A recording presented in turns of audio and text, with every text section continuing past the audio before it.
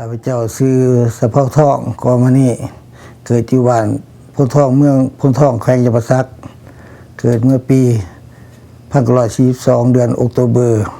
วันที่19ออกโตเบอร์1942ข้าพเจ้าเป็นนายตำรวจ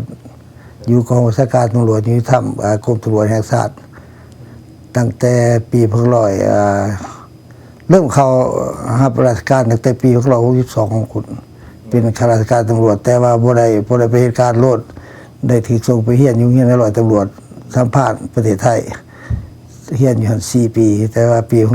1963 67หลังจากกลับมาจึงเข้าไปรับราชการอยู่นำกรมตำรวจอยู่กองเมืองไสเสถาซะก่อนเป็นพนักงานสอบสวนอยู่ประมาณปีนึงเห็นว่ามันบ่เป็นทาแล้ว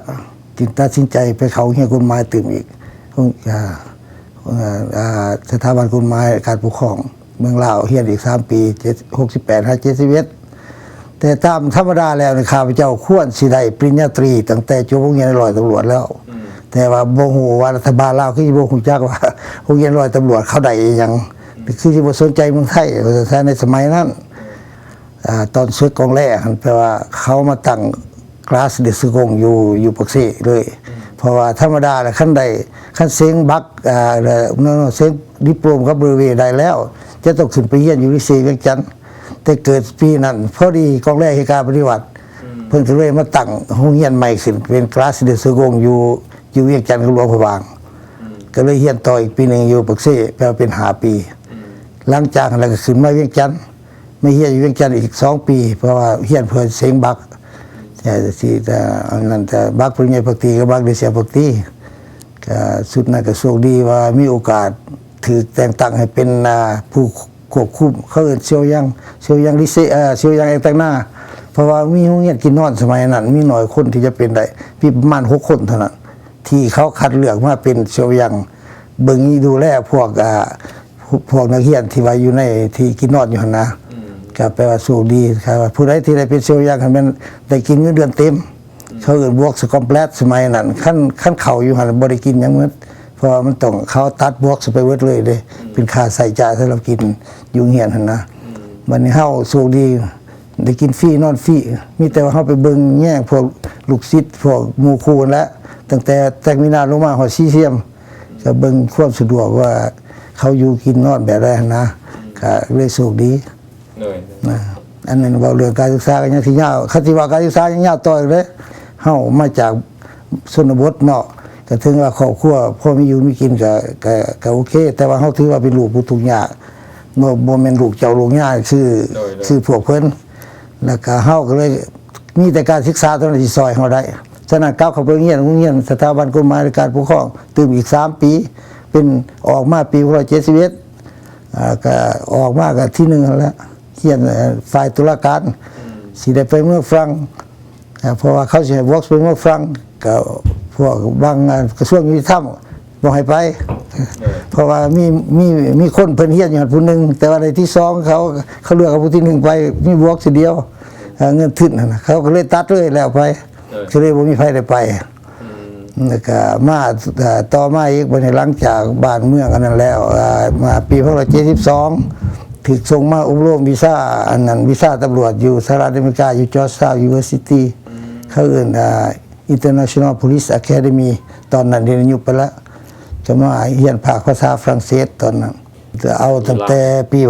1969ตอนนั้นแปลว่าหลังจากที่เขาเฮียกฎหมายแล้วแปลว่าแต่งดองก่อนแล้วไปเขาเฮียกฎหมายเลย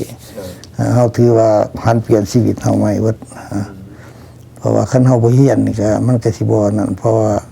คันเฮียนมีส่วนช่วยเฮาได้หลายนะเอาง่ายเรื่องเพราะว่าอย่างขี้หลายหมู่ก็เบิ่งเฮาดีว่าซั่นซะไปเฮียนดีกว่าบ่เฮียนเพราะว่าเฮ็ดประการมันก็บ่มีตอนนั้นมันบ่ปานใดเฮาคนมักเฮียนก็เฮียนไป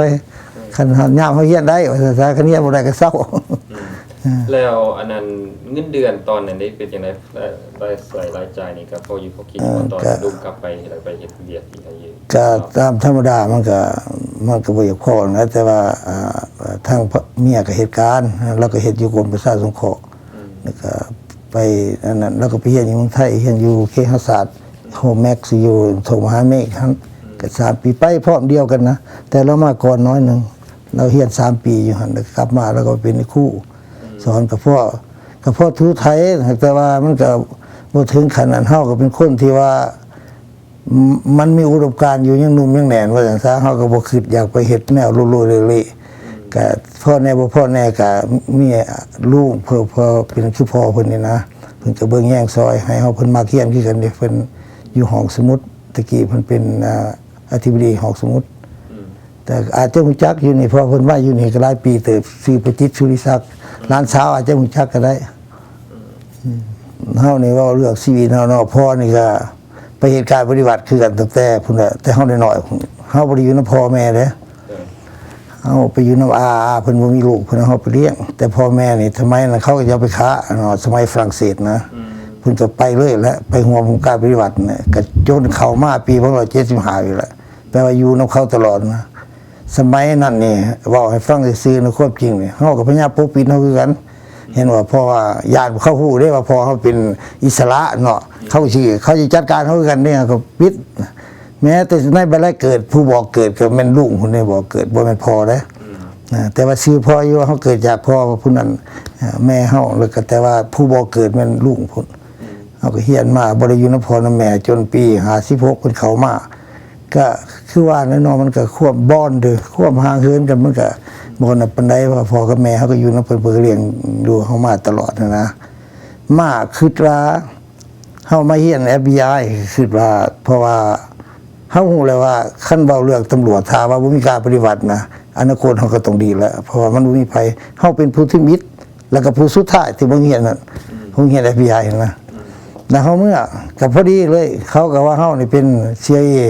เป็นหยังมีเงินมีทรัพย์สิจ้างมาโคนรัฐบาลเขาบ่ออกจาก75เฮาก็ไปสัมมนาเวิร์นคัพสัมมนาหน้าอยู่บ่ฮอดปีนึงก็แปลว่าถูกจับรถเขาว่าอื่นไปซินเบอร์ว่าพวกตำรวจรับมันนะเอาขามมาจากเวิร์นคัพขามห้วยน้ำเงินมาเด้แต่ว่ามัน4คนมันไปบ่เฮามาผู้เดียวมันเอาปืนจี้เข้ามาพวกรถนะยุดรถแล้วกวดมันหยังแหละส่งเข้าสัมเครถแต่ว่าไปติดอยู่สัมเค18เดือนกับ2มื้อก็มีเจียอยู่หรอกมีนั่นนะที่เขาปล่อยมีเพราะว่าอันนี้ก็เตรียมไว้กันว่าสิเขียนที่ว่าวัดตัวเองคือกันอยู่มันอันนั้นแล้วก็ แต่ว่าอยู่หั่นก็ปีจนฮอดปี1978แปลว่าปีปลายนะปี2เดือนเนี่ยปีบ่แม่น2เดือนนะปี18เดือน2มื้อนะติดคุกอยู่ก็จังได้ออกมาแล้วก็บึดเดียวเท่านั้น3-4 เดือนก็หาทางนี้เท่านั้นก็เฮาก็บ่ได้ย้านมันก็จักสิไปย้านหยังเพราะเฮาบ่ได้เฮ็ดอีหยังในระบบเก่าเฮาก็บ่เคยโกงไปบ่กินไปอยู่ดีแล้วก็เขาคิดว่าคันระบอบใหม่เฮาก็หวังว่าระบอบใหม่มาเห็นคนร่วมระบอบเก่าเฮาก็บ่มักอยู่แล้วระบอบเก่าเมื่อเฮานิยมแล้วเพราะเฮาก็ฮู้ว่าระบอบเก่ามันก็สักดีหน้าแล้วก็เฮาก็คนร่วมไปก็ดีเห็นบ่เฮาก็คิดว่ามันสิดีเฮาก็อีกอย่างนึงเฮาบ่เห็นพ่อเห็นแม่เฮาก็คิดว่าโอกาสดีเฮาสิเห็นพี่เห็นน้องเฮามาเพราะว่าน้องนุ่งไปบุญเบิดเด้แล้วก็ยังแต่2คนอยู่พี่ผู้นึงก็อาผู้นึงเลี้ยงแล้วก็คิดว่าสิมีโอกาสได้พ่อกับแม่แล้วก็สิมีโอกาสรับใช้น่ะศาสตร์ตามที่เขาเฮียนมาเฮาก็บ่คิดว่ามันสิไปทางนั้นที่จริงแล้วเขาบ่รับเฮาจังหน่อยเขาถือว่าเฮาอยู่ในระบอบนั้นเขาบ่สนใจเจ้าสิลูกไผหลานไผก็บ่จักโดยเฉพาะเรื่องพ่อเรื่องแม่นี่แห้งแล้วคันเหตุการณ์ปฏิวัติขึ้นแม่ของข้าพเจ้านี่นะแปลว่าบ้านเมืองเดี๋ยวนี้เจริญยิ่งกว่านี้